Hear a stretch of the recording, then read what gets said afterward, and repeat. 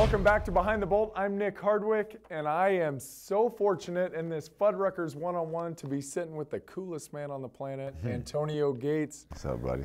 Great to see your face at Charger Park again. What'd you do with your time off?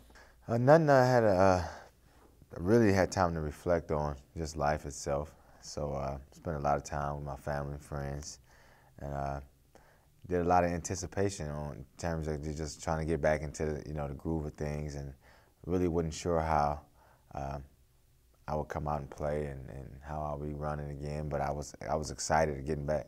Did you know going into this game against the Steelers that first pass was coming to you? I mean, I've been playing for a long time, so I didn't know. I anticipated it. Obviously, the play was called, so going into the game, a call is made, and it's kind of like I anticipate I might be the first read on the option, first option on the read. So really wasn't sure if it would come up like we kind of drew it up, but I just wanted to make sure I stayed poised throughout the whole game. That was my whole goal coming into the game. I wanted to be poised. I understand. To tamper the emotions a little bit? I just know, just by playing for so long, you just know that I've always felt like players play consistently no matter how big the game is, they play at a certain level. Most of the time you think that you elevate your game, but you just play at this level, and it gets too big for everybody else, so then they start playing lower. And it looks like you're playing at a high level, but you just kind of stand and being poised, and that's kind of what I want to do. Talk me through the 100th touchdown reception. Man, it was practice, repetition over and over and over with a guy I've been with for over a decade. And, it's ironic that the 100 came, because I'm going all the way back to the first one he threw to me. And now to see that we've gathered so much together over a decade plus of playing with each other, and it's just like a routine in a sense. I don't know if that makes sense to anybody, sure. But it's like a routine. You practice something, you go over it, you do it time in and time out. I might have, in the last 10 years, I probably caught maybe over 1.7 million routes, whether or not it was practice in the games. And when you see an opportunity, it presents itself, he gets into a call, and, it's like a group, the chorus is right, the singing is right, everything has to be right, and that's just the way it was. It was just a good flow. The ball was unbelievable, and I was able to make the catch. You said something to us one time before we were playing Kansas City in Kansas City, and you gave a speech in front of the team, and you said, you make your habits, and then your habits make you, and I continue to carry that with me.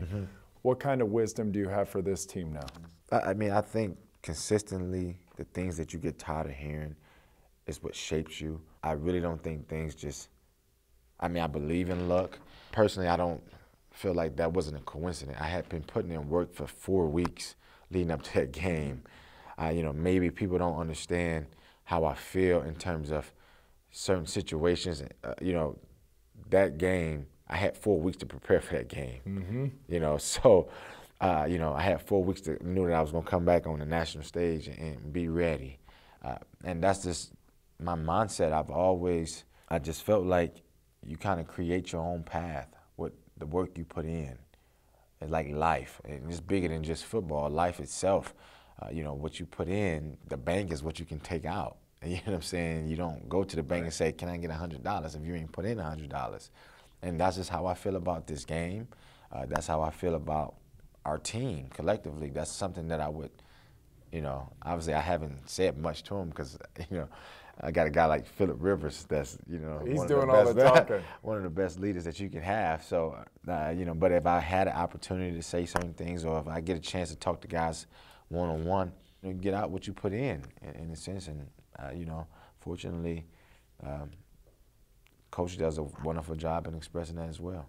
What's the mindset of this team after a tough loss to Pittsburgh, fall to 2-3, and now you're going to Green Bay? Well, obviously you learn from your mistakes. You have to look at this game and see what you can do better, and understand that at the end of the day, Green Bay cares less about what happened on Monday night. Right. You got to find a way to get over it and move forward, and that's the nature of this league. You have a day or two to spend on to reflect on the game, and then you move forward. You got to move on.